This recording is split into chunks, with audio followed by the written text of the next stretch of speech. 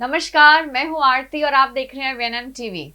अक्सर हमारी रोजमर्रा की जिंदगी में हमें एक चीज जो बहुत ज्यादा हमारे दिमाग में, हमारे जहन में चलती है, जब हम बातचीत करते हैं किसी के साथ भी, तो हमेशा हम ये सोचते हैं कि सामने वाला इंसान हमें अच्छे से सुने। वो कहते हैं ना कि किसी भी अच्छी बातचीत की शुरुआत तभी हो सकती है जब आप एक अच्छे लिसनर हैं, आप अच्छे से सुन सकते हैं किसी को। तो ये चीज़ें जो हैं हम हमेशा एक्सपेक्ट करते हैं, लेकिन क्या हम इन चीज़ों को अपनी दिनचर्या में लाने की कोशिश करते हैं? क्या हम खुद एक गुड लिसनर हैं या नहीं? उस पे भी बहुत बड़ा प्रश्न है। आप as a parent, as an educator अगर अच्छे लिसनर हैं तो डेफिनेटली आपके जो बच्चे हैं, आपके एनवायरनमेंट में आपके साथ रहते हैं, घर में रहते हैं, वो भी कहीं ना कहीं ये चीज़ें हमसे, एडल्ट्स से सीखने की कोशिश करते हैं। डेफिनेटली उनकी क्षमता जो है वो हर बच्चे की अलग अलग होती है, जिस तरह से हम एडल्ट्स की भी होती है। लेकिन सुनना और सुनने के बाद उसको रिएक्ट करना और फिर एक अच्छी बातचीत का हिस्सा बनना, ये बहुत ही बड़ा आजकल जो है ये बहुत ही बड़ा एक इम्पॉर्टेंट टॉपिक बन गया है। और इस पे नॉर्मली पेरेंट्स जो हैं बहुत परेशान रहते हैं कि मेरा बच्चा जो है वो मुझे अच्छे से सुनता नहीं है, या मैं बार बार बोलती हूँ और वो इंस्ट्रक्शंस फॉलो नहीं करता है। क्या प्रॉब्लम आ रही है? तो आज इसी पे चर्चा करेंगे। इस पर आज चर्चा करने के लिए हमारे साथ जो एक्सपर्ट स्टूडियो में मौजूद हैं, मिस बीना पटेल। मैम, आपका फिर से एक बार स्वागत है वीएनएम स्टूडियो में। Thank you. मैम, आजकल अक्सर पेरेंट्स की बहुत ज़्यादा कंप्लेन होती है और नॉर्मली आजकल देखा जाए तो सिंगल सिंगल बच्चे ही फैमिलीज में दिखते हैं अभी। मैं अपने बच्चे को बोल रही हूँ, बुला रही हूँ, पर वो मेरी बात सुनता ही नहीं। एक बार में तो सुनता ही नहीं है, मुझे 5-6 बार बुलाना पड़ता है और लास्ट में जब मैं चिल्लाती हूँ तभी वो मेरी बात सुनता है। तो मैम, ये जो एक सिनेरियो आजकल कॉमनली घर में या पेरेंट्स के बीच में डिस्कशन होता है, क्या कहेंगे इसके बारे में? तो क्यों ऐसा हो रहा है, उसके कई रीजंस हो सकते हैं जी। मगर मैं अगर अब मेरा ही एग्जांपल लूँ तो जब मैं छोटी थी तब पेरेंट्स के सिवा और भी लोग थे।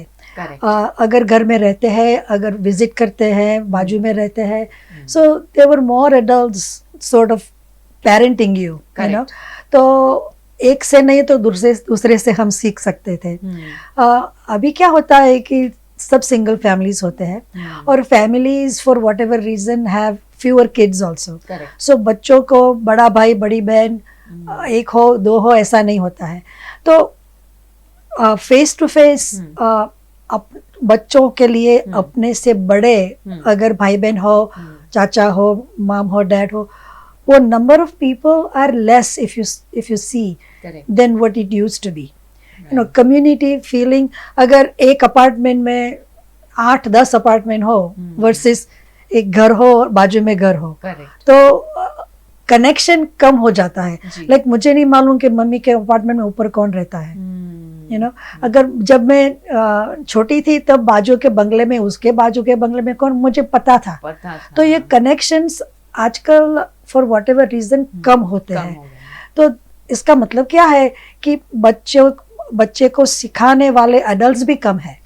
तो घर में है माम और डैड और स्कूल में है टीचर, तो एक्सपोजर बहुत कम है। तो अगर माम और डैड का स्वभाव एक तरीका हो, टीचर का एक तरीका हो, और वो मिला के बच्चों को all different kind of reactions नहीं मिलते।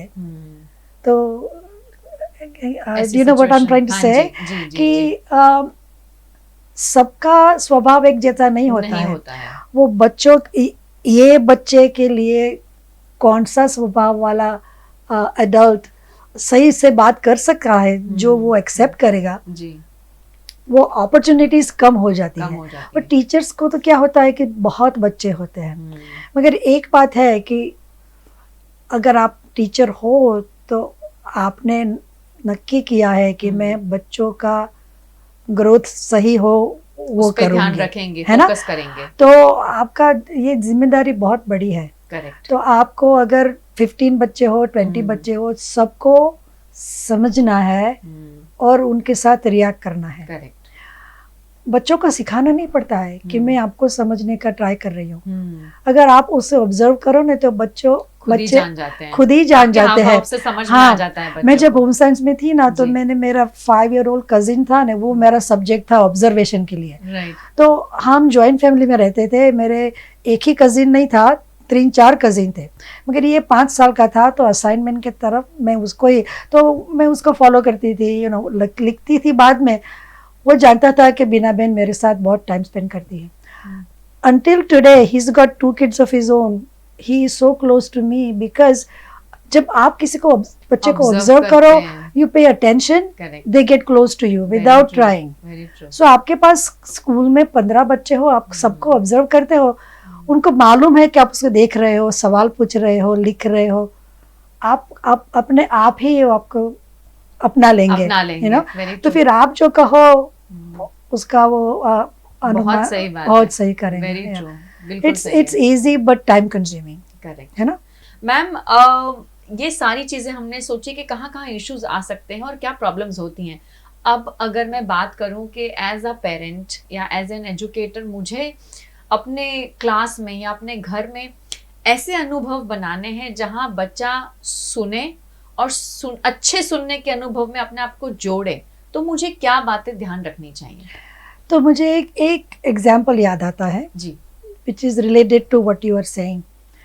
अमेरिका में एक प्री स्कूल ओनर है आपकी तरह ही, उसका नाम है बेव बाज। बेव बाज मैंने रिसेंटली तो देखा नहीं, मगर अगर वो स्कूल है या नहीं, मगर she was known for very open classrooms, कितने सारे एक्सपेरिमेंट, साइंस एक्सपेरिमेंट एक्सेट्रा, और वो वर्कशॉप देती थी। तो हमने पहले बात की थी कि एडल्ट्स, टीचर्स स्पेशली, जब बच्चे बोले ना तो 3 to 5 सेकंड्स का टाइम देते हैं। अगर टीचर ने 15 बच्चे से सवाल पूछा तो एक बच्चे ने हाथ उठाया, तो 3 to 5 सेकंड्स में वो जो भी बोलता है आपका सुना, और आप फिर दूसरे बच्चों पर जाओगे। तो बच्चों को मालूम है कि आप तुरंत नहीं बोला तो आप दूसरे बच्चे पर जाओगे। तो 3 to 5 सेकंड्स में मुझे आंसर है याद, तो मैं क्या बोलूंगी, लंबा बोलूंगी या छोटा बोलूंगी? बताओ आप। छोटा बोलूंगी। हमने पहले कहा था ना कि ओपन क्वेश्चन, क्लोज क्वेश्चन, तो मैं 1 या 2 शब्दों में ही आंसर करूंगी। मुझे पता है कि आप 3 to 5 सेकंड्स में दूसरे बच्चे पर जाने वाले हो, है ना। तो बेव बाज को ये बच्चों की ये मान्यता रिवर्स करनी थी। तो आप शो एंड टेल करते हो ना, तो वो क्या करती थी, 15 बच्चे बैठे हैं तो सबको पूछती थी, मैं सबको पूछूंगी कुछ बात बताओ। तो पहला बच्चा है तो सब सुनते हैं, दूसरा बच्चा है सब, तीसरा चौथा बच्चे बोर होके चले जाते, चले जाओ। मगर वो बैठती थी तो बच्चों को बोलती आप खेलो, फिर बुलाती थी तुम्हें क्या कहना था। वो कहती है कि मुझे रिवर्स करना है बच्चों की मान्यता कि अडल्ट हमें सुनते ही नहीं है। तो एटलीस्ट मेरे बच्चों को तो मैं ये समझा दूंगी कि मैं फुल्ली अटेंड करूंगी, सुनूंगी, सवाल करूंगी। तो दूसरे बच्चों का फ्री प्ले टाइम, वो एक के बाद एक जो कहना है सबको सुनती थी। Because this is true, 3 to 5 seconds is what adults or teachers especially in class give time after asking a question. After that go to somebody else. तो हमें ये मान्यता बच्चों में बदलनी है। कैसे बदलोगे? उनको सुन के, टाइम दे के। अगर हम नहीं सुनेंगे तो वो भी सीखेंगे कि भी किसी को सुनना नहीं, 3 to 5 सेकंड के बाद कान बंद कर दो, नहीं सुनता हूँ, है ना। और ये बहुत कॉमन है मैम, कई बार अक्सर हम घर में भी देखते हैं कि एक ही सिचुएशन में अगर बच्चे को पता चल जाए कि मम्मा ऐसे रिएक्ट करती है, तो जैसे ही वो सिचुएशन आती है बच्चे कान बंद करके वहां से खड़े हो जाते हैं कि अब हमें नहीं सुनना है, क्योंकि एक ही तरह से हम डील करते हैं और एक ही सेम वर्ड्स करेक्ट इस्तेमाल करते हैं। करेक्ट। बच्चे बहुत स्मार्ट होते हैं, हम उनको क्रेडिट नहीं देते बिल्कुल सही बात है, और बच्चों से हम अक्सर बहुत सारी चीजें सीखते भी हैं। ठीक है। आप नहीं मानेंगे कि एक्चुअल कन्वर्सेशन अगर आप सही में एज एन अडल्ट वो स्पेस अगर बच्चों को देंगे ना, तो शायद आप भी अमेज हो जाएंगे जब वो बातें करते हैं ना, तो उनकी सोच को आपको ऐसा लगेगा कि इतने छोटे बच्चे और इतनी सारी समझ। तो वो तभी होगा कि जब आप उन्हें एक, जैसे मैम ने कहा कि वैसा एनवायरनमेंट दें जहां वो उन्हें डर ना लगे कि मैं किसी अडल्ट के साथ जाके अपनी बात कह सकता हूँ या फिर कोई हमें जज कर रहा है। अगर हम अच्छे से सुने एज एन अडल्ट ऑल्सो, हमें ऐसा लगता है ना कि मैं किसी एक को ऐसे को बोल दूं, मेरा सब कुछ बोल दूं पूरा दिन का बात, लेकिन कोई ऐसा हो कि जो सामने से ना बोले नहीं नहीं ये तो तेरी गलती थी, सुनने से पहले ये तो तेरी गलती थी, अगर बोलता है तो हम वहां से सिचुएशन से ही हट जाते हैं। हाँ जी। हम सोचते हैं कि नहीं अब मुझे बताना ही नहीं है। लेकिन हाँ, अगर कोई इंसान हमें सुन रहा है और हम बोलते ही जा रहे हैं, एंड ऑफ द टॉपिक फिर अगर कोई हमें बोले कि नहीं आप बिल्कुल सही बोल रहे थे, लेकिन हाँ इस जगह पर अगर आप चाहें तो आप थोड़ा करेक्शन कर सकते हैं, तो शायद हमें इतना अच्छा लगता है कि सामने वाले ने रिएक्ट नहीं किया, सिर्फ मुझे सुन लिया। तो सुनना और समझना दोनों ही चीजें सिर्फ बच्चों के क्षेत्र में या बच्चों के जो अर्ली ईयर्स हैं उसी क्षेत्र में नहीं, पर हर एक स्टेज पर हर किसी को अच्छा लगता है जब आप किसी को सुनते हैं और अच्छे से सुनने के बाद समझते हैं। ठीक वो है। बहुत जरूरी है। हाँ। तो ये इसीलिए एक तो आपका फैमिली टाइम अभी हो रहा होगा, दिवाली का समय चल रहा है, तो प्लीज ये सारी चीजें अपने रूटीन में उसे आप कंसिडर करने की कोशिश करें। आप एक अच्छे लिसनर बने ताकि आप अपने बच्चों को मोटिवेट कर सकें और उसी दिशा में ले जाएं ताकि बच्चे आपको देखकर एक अच्छा लिसनर बनने की कोशिश करें। मैम जाते जाते क्या संदेश देना चाहेंगे हमारे ऑडियंस को? सो आपने जो सवाल किए सब सवाल बहुत ही इम्पोर्टेंट थे जी। सो लिसनिंग के 4 स्टेजेस होते हैं जी। पहला स्टेज है सुनना, मगर दिमाग नहीं है तो समझे नहीं, वो पहला स्टेज है, सिर्फ सुनना समझना नहीं। दूसरा स्टेज है कि लेवल ऑफ लिसनिंग है कि सुनना, बात करना, मगर मुझे क्या कहना है उसी पर ध्यान है। तो मेरा फुल अटेंशन नहीं है आप क्या कह रहे हो, मैं वेट कर रही हूँ कि आप कब खत्म करें और मैं आऊँ, वो अनदर लेवल। पहले तो समझे भी नहीं, दूसरे टाइम समझे मगर फुल्ली नहीं। तीसरा स्टेज है कि ट्रू लिसनिंग होता है, जहाँ सुनते हैं समझते हैं, मगर मेरा मोटिवेशन क्या है कि मैं जीत जाऊं। जैसे लॉयर होता है ना, वो सामने वाला क्या कहता है सब सुनता है सब समझता है, मगर उसको जीतना है तो ऐसा आर्ग्यूमेंट करेगा कि वो जीते और हार जाए। तो ये फुल्ली ट्रू लिसनिंग, मगर वो भी संपूर्ण लिसनिंग नहीं है। वो 4th लेवल क्या है कि टोटल लिसनिंग, जैसे हमने कहा ना कि वर्ड्स भी सुने, हाव भाव भी सुने, टोन भी सुने, टोटल कम्युनिकेशन सुने, और जब वो बोलना बंद करे तब आप उसको रिस्पॉन्ड करें, तो टाइम दे उसको।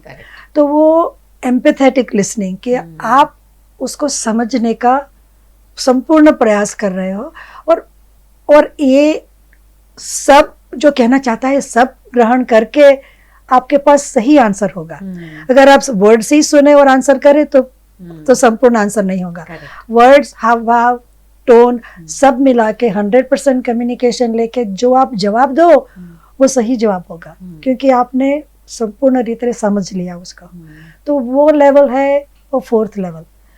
और मैं आपको असाइनमेंट देती हूँ अभी जी है आपकी स्कूल शुरू हुए जब जी। तो आप अपने आप को चेक करो जी। कि आपने किस बच्चे के साथ लेवल 1 से बात की, कितनी टाइम लेवल 2 से, 3 से और लेवल 4 से, स्पेशली पेरेंट्स मीटिंग के टाइम जी। वो बहुत इम्पोर्टेंट है कि पेरेंट्स ऐसा मानते हैं कि टीचर हमको बता रही है, मगर आपको भी सुनना है। करेक्ट। तो आपका असाइनमेंट है, आप देखो कि कितने level, which is your favourite level. Correct. पहले ये डिसाइड करो, आपका फेवरेट लेवल 3 है तो 4 पर कैसे जाएंगे ऐसे। और अगर आप 4थे लेवल पर ही बात करो तो आपको बच्चों को कुछ कहना ही नहीं पड़ेगा, वो अपने आप ही आपके पास सीख जाएंगे, है ना? बिल्कुल सही बता रहे हैं ma'am. Thank you so much आज हमारे साथ जुड़ने के लिए और इतने इम्पोर्टेंट टॉपिक पे बात करने के लिए। और आप ऑडियंस जो है ना, सिर्फ मेरी शुरुआत सुनकर अगर मैसेज इंटरेस्टिंग लगता है तो वीडियो ऑन रखते हैं, बाकी फिर वीडियो बंद कर देते हैं, तो ये मत करिए। मैम का कहना यही है कि पूरा अच्छे से सुने, देखे, समझे और उसके बाद बताएं कि आपको अच्छा लगा या नहीं लगा। तो आप भी अगर हमें अच्छे से सुन रहे हैं, आई एम श्योर आपको ये चर्चा बहुत अच्छी लगी होगी। डेफिनेटली इसे दूसरे पेरेंट्स जो आपके फ्रेंड्स हैं, एजुकेटर्स हैं, उनके साथ शेयर करें, क्योंकि बच्चे ही नहीं, हम बड़ों की भी ये ज़रूरत है कि कोई हमें अच्छे से सुने और समझे। आप सभी का हमारे साथ जुड़ने के लिए बहुत बहुत शुक्रिया। वीएनएम टीवी और वीएनएम टीवी किड्स का यूट्यूब चैनल है, इसे लाइक करें, शेयर करें, सब्सक्राइब करें और इसी तरह हर हफ्ते हमारे साथ जुड़ते रहें। Thank you so much.